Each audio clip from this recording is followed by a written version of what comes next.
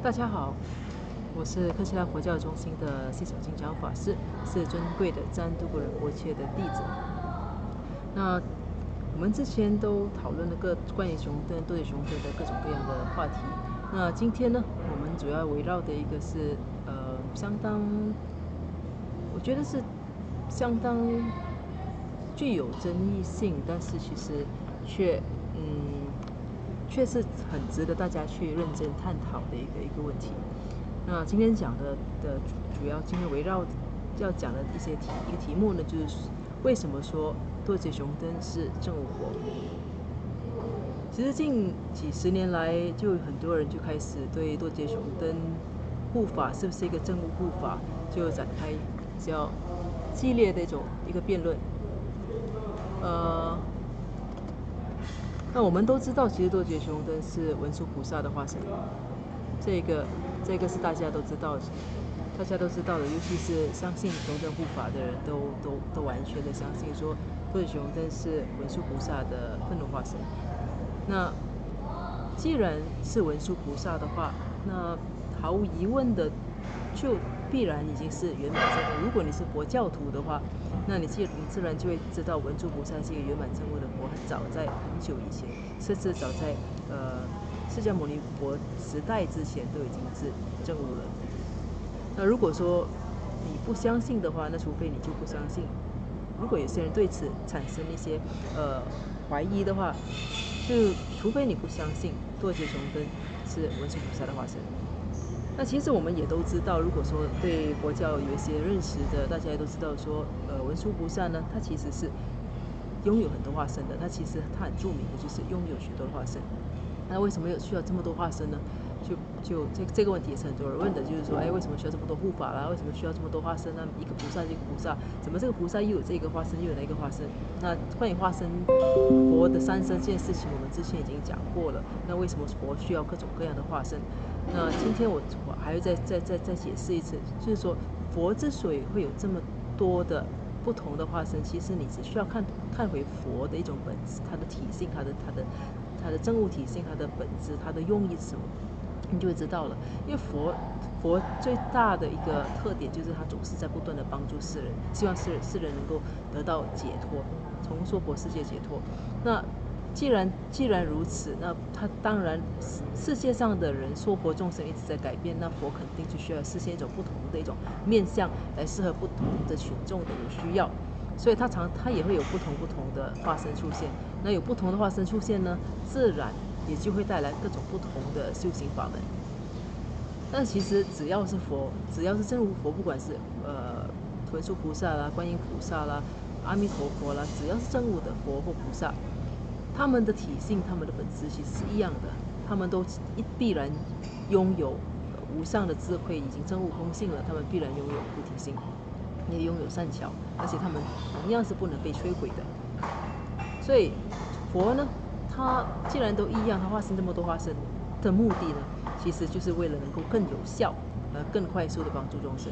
那我再强调，就是更有效、更快速的帮助众生。其实就像人跟人之间这样，同样的一句话，可能这一个人跟你说有效，那另一个人跟你说就没效了。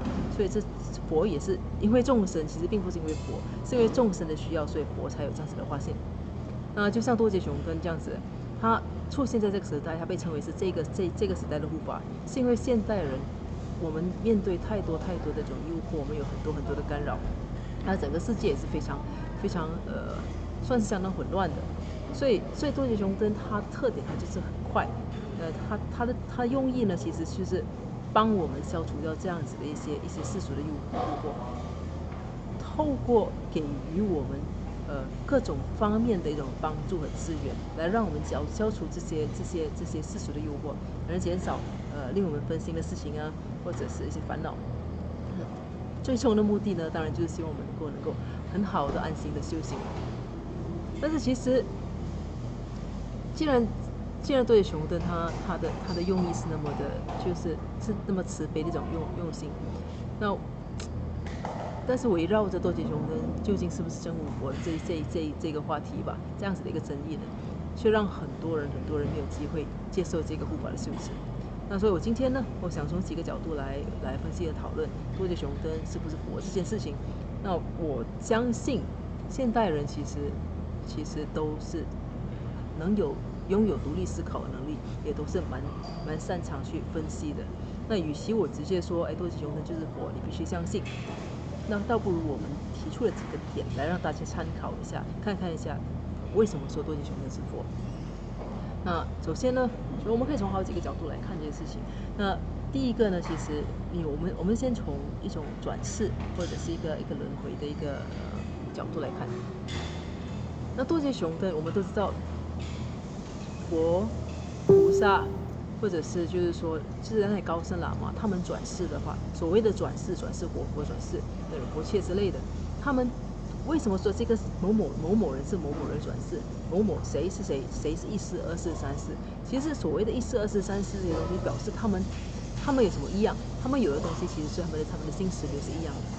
那他们心识流的一样的话，就是说，就比如说是迦瓦仁波切，他的前世和他这一世其实是一样的，同一个心识流的，所以不可能说他前世是那一个是一个慈悲的，那来到这一次呢就变成很残暴的，那其实那是不可能的。就已经是证悟的，我说的是已经证悟的，像我们这种人当然就有可能。那所以，那你看回多杰熊登的前世，那你看到些什么东西？他多杰熊登有很多前世，如果说从文殊菩萨开始，那就有很多前世。我们只举几个大家比较熟悉的，那我也是提过很多次的。那从文殊菩萨接下来的，你有看到的就是其中一个很出名的，就是印度的大成就者毕瓦巴。那再接下来呢，也是很出名的一个例子是萨迦的创始人之一萨迦班智达。那再继续下来呢，或者是我们可以，其实我跳了很多，那具体的每个转世以后有机会再说。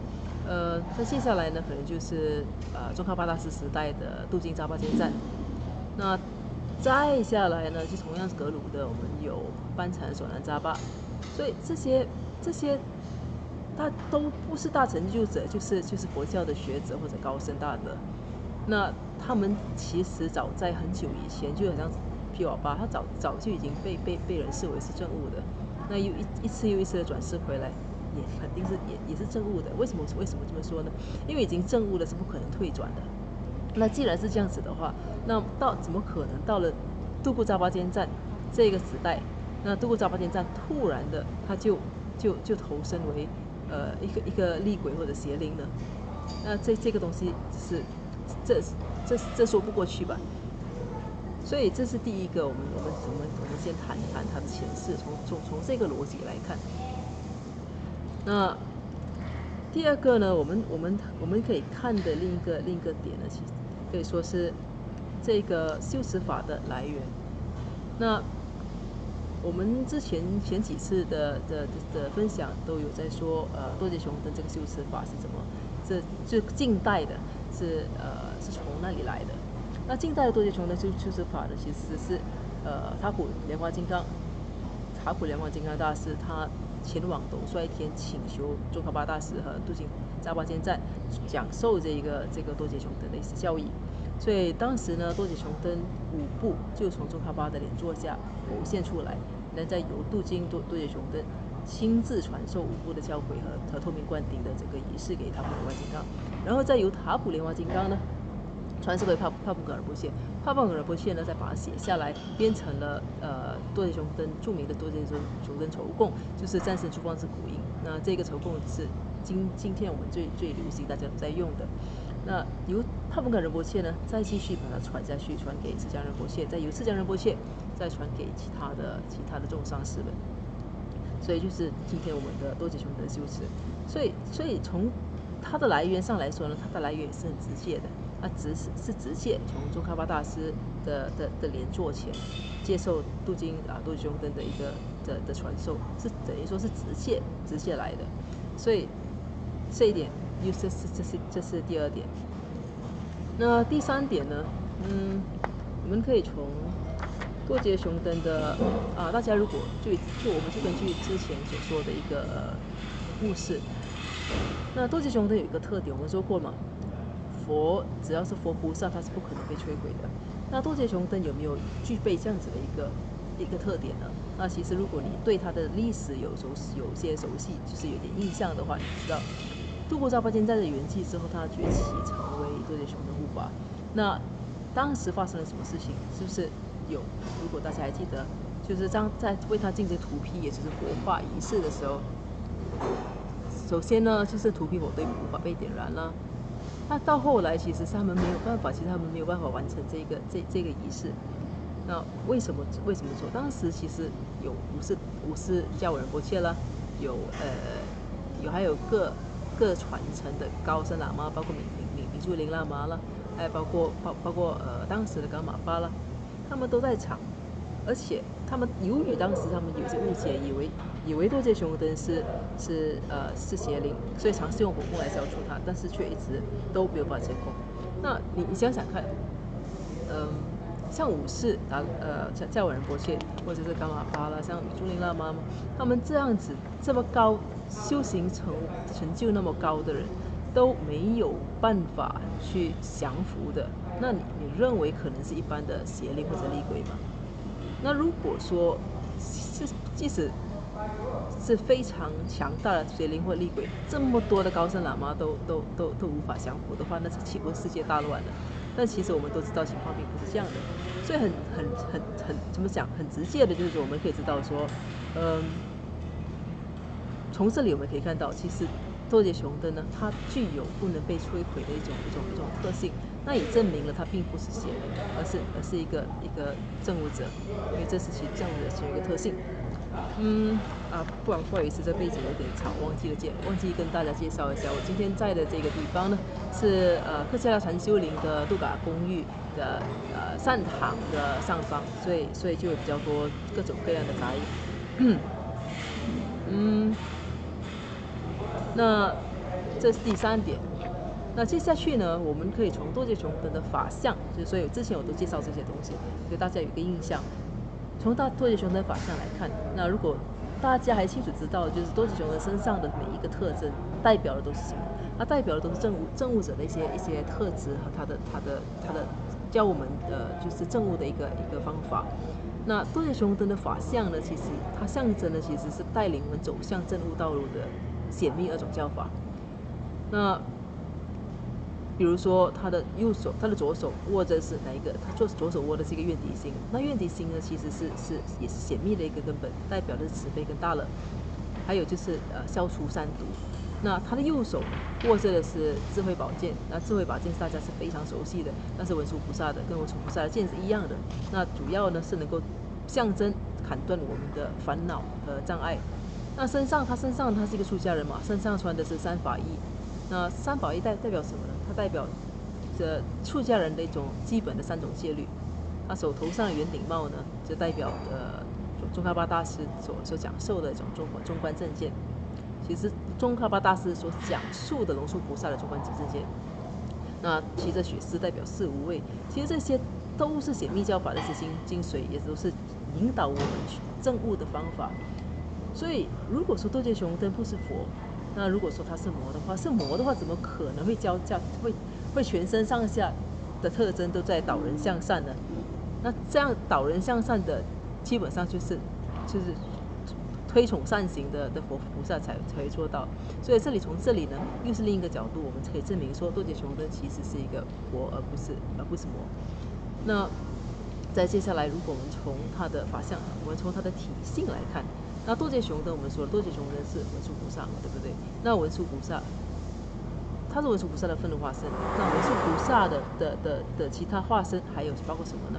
宗喀巴大师也是文殊菩萨，大黑天护法也是四面大黑天也是文殊菩萨，嘎勒鲁巴也是文殊菩萨，大威德金刚也是文殊菩萨。所以其实他们这些都是拥有着同样的体性的，拥有同样的一个心识，只是执行不同的一种职务而已。所以这是另一点。另一方面呢，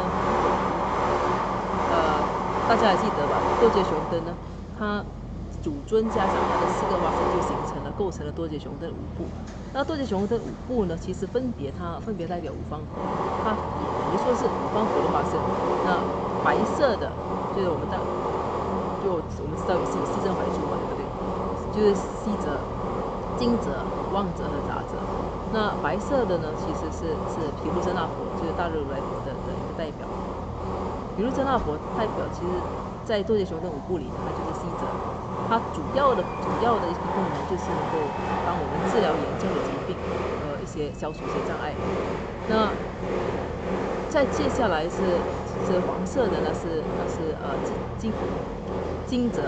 那金泽其实代表的是它其实是宝胜佛的南方宝胜佛的一个化身。那它象征的是一个增长，有增长，包括我们的财富啦，我们的寿命啦，我们的善德啦。那红色的呢，其实在雄灯5部里面呢，指的是莲花金刚，就是旺泽。那旺泽象征白色，就是它能够帮助我们克服，就是拥有影响力啦，而且能够让我们克服我们自己本身的一些征服我们自己本身的一种思维和思想上的一些困扰。那再接下来呢，就代表诛灭的其实是不空成就佛，五方佛之一。那在多杰雄灯5部里呢，它的代表是嘎摩雄灯或者是杂泽。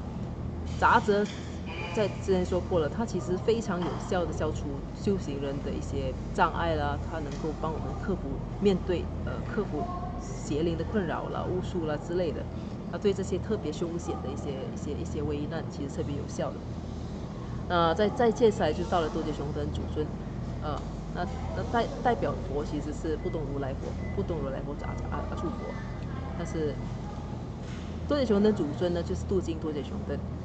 它这是一切的综合，所有的综合，它能够消除各种各样的磨难，而且它同时呢也代表着什么东西？它代表是最优越的一种成就，也就是证悟。所以这些都是佛的一些功德特质。那多杰雄灯呢，既然拥有佛的功德，它自然也就是佛。这是从另一个角度来看这件事情。那再来呢，我们可能就再介绍，就是说多杰雄灯呢，它的坛城吧。多杰雄灯坛城呢的眷属是32嘛，坛城32尊，它跟洛桑度旺多杰强，就是洛桑拉玛洛桑度旺多杰强的生坛城呢，它的体性是一样的。那洛桑度旺多杰强其实是谁呢？洛桑度旺多杰强其实是宗喀巴大师的代表，也就是宗喀巴大师精髓来的。那在格鲁派上师会供里都会把洛桑度旺多杰强视为皈依的一个对象。那这些都记录在文殊菩萨的经典。那多杰雄灯5部呢，它其实分别代表他生坛城的中的5蕴。我们讲身体有5蕴。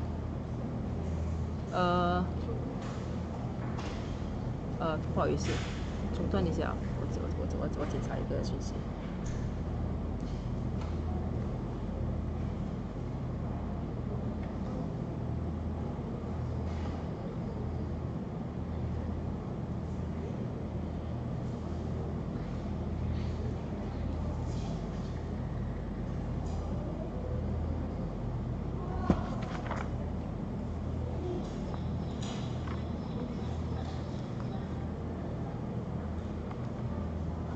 那多杰雄灯5蕴代表他圣坛中，就代表着洛桑度旺多杰强圣坛城中的5蕴，那就是色受想行识。那主尊呢是镀金多杰雄灯，它代表的是识蕴。西泽呢代表色蕴，金泽代表受蕴，旺泽代表想蕴，而杂泽代表闲蕴。而洛桑度旺多杰强的生坛城中有32尊，那他们其实化身在多杰雄灯坛城里的，也是同样的是生32尊，所以他们拥有的体性是一样的。那再接下去的另外一个呢，就是多杰雄灯，它在奉行的其实只是佛的27种事业。我们都知道佛的27种事业，它的目的是什么？它主要是指示众生走入修行之道，能引领大家走上正路。那如果多杰雄灯所奉行的都是佛的27种事业的话，它自然也就是佛菩萨。另外还有呢，就是我们也都知道，就是说你找回历史的话，那过去的许多高僧大德呢，他都在依止多杰雄灯。那而且这些高僧大德呢，其实都已经是被视为是已经证悟了的。那这些高僧包括谁呢？其实早期啦，包括武士的叫仁波切啦，到就出名的，也包括就卓摩格西仁波切啦，这4个鲁派的著名的高僧，他其实被视为宗喀巴大师高僧。著名的色空金刚持啦，康萨仁波切啦，还有当然我们不要忘记，当然有帕布嘎仁波切啦、释迦仁波切啦、宋仁波切啦、灵仁波切啦、康萨仁波切啦。这些种种的这些名字，其实如果要列出来，其实很长的，我在这里就暂时不一一跟大家介绍了。那如果说这些高僧呢，历代的高僧，他都推崇，他都一直多杰雄登的话，那如果说你说他们，如果在这种时候你在说多杰雄登并不是佛的话，那你岂不是否定了这些高僧的一些能力嘛？辨别就是佛或者是鬼的一个能力嘛？所以这是另外一个点。那另外一个呢，就是，如果一直多杰雄登的话，它能带给我们的是处世间的成就。我们说的处世间的护法，也就是正悟护法或世间护法，他们最大的不同就是，处世间护法呢，他看的是长远，他看得到我们的因果，看得到我们前世、我们的过去世、我们的来世，他看得到，所以他看得到这些东西，他能够更好、更有效的帮助我们。他整个的用意呢，其实是善的，他希望我们最终走向正悟的道路。所以他给我们物质上的一些资源呢，其实这种目的并不是满足我们的欲望，他的目的呢，其实是让我们能够安心的修行。而世间护法的不同点在于什么呢？世间护法的差别在于，世间护法只提供你要的，那他想得到的呢是你的供养，这是一般的情况。那你看到这两者的差别，一个是有着很长远的一个目标的，他希望最终你能够走向学佛的道路，而且他能保护我们的一种心识的能力。所以从这里呢，你也看得到，这多杰雄登其实是一个正悟护法，也就是处世间护法。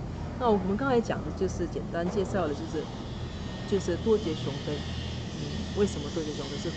这几个点，让我希望大家能够好好去思考一下，就是说，而不要就是说大家说什么就跟着说什么。那好好思考，好好了解，那你就会明白说，为什么说这么多高僧，这么到今天，像至尊释迦仁波切啦，他到今天都在推崇多杰雄登，那其实就是一个，如果你明白了，就能够更好的去接受这样子的一件事情。那今天呢，我的分享基本上到这里，有点就是环境有点吵，所以今天讲的有点快，那我看一下有什么问题吗？